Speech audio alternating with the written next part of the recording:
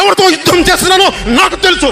కులాలు గణాంకాలు తీస్తారు, ఏ కులంలో ఎంతమంది ఉన్నారు, ఎవరికి ఓటేస్తారని గణాంకాలు తీస్తారు. కానీ ఇక్కడ ఉన్న యువతలో ఎంతమందికి ఏ ప్రతిభ దాక్కుని ఉంది, ఎంత సమర్థత దాక్కుని ఉంది, వారి ఆస్పిరేషన్లు ఏంటి, వారి ఆశలు ఏంటి, వారి ఆశయాలు ఏంటి, ఏ ఒక్కరని అడిగారా ఈ రోజు దాకా? మీరు ఓట్లు వేయండి 5,000 పడేస్తాం, మీరు ఓట్లు వేయండి మీకు 500 రూపాయలు రోజు పెన్షన్, మీకు డబ్బులు పడేస్తాం అనేవాడి తప్ప మీకు ఏం కోరికలు?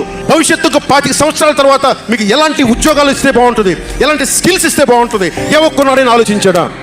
యువ ముఖ్యమంత్రి అంటే దేనికి? బంధులు పెట్టడానికి కదా యువ ముఖ్యమంత్రి?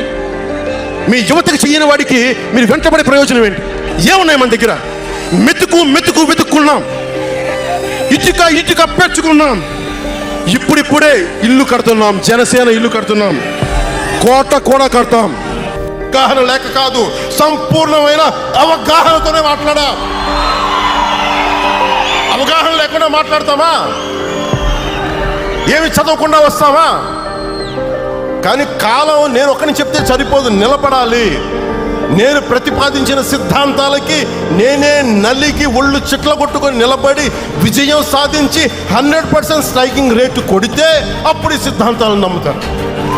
అందుకే నేను నిలబడి చూపించాను. వీళ్ళు రౌడీలు అంటే వీళ్ళందరూ కర్ణాటకలో కావచ్చు, తమిళనాడులో కావచ్చు, లేదంటే ఒరిస్సాలో కావచ్చు, మహారాష్ట్రలో కావచ్చు, మీరు తెలంగాణలో కావచ్చు, మీరు వెళ్ళాలి అంటే మీరు పోరాటం మీరు చేయాలి.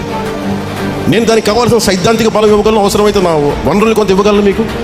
కానీ మీరు నిలబడాలి. స్థిరత్వం, స్థైర్యం మీకు ఉంటే ఇది ఒక రోజున ఖచ్చితంగా ఇది Janasena will become a national party. దశాబ్ద కాలం మీరు నాకు ఇవ్వండి.